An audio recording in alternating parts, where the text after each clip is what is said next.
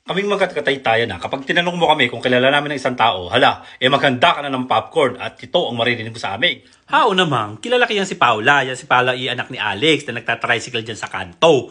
Na service nila Alvin at saka ni Michelle pag pumapasok sa Siena. Diyan nagtuturo si Mrs. Santos na may pwesto din sa palengke ng isda at saka gulayan.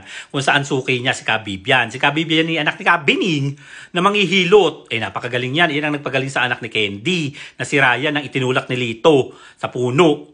Kaya ayun, nakaltog ni Berto si Lito. Nagalit tong si Susan ng asawa na yun, nagkabaranggayan.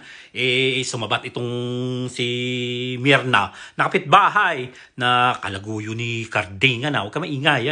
Ito si Carding dati magta-tricycle din. Nang nanalo sa loto, humabang.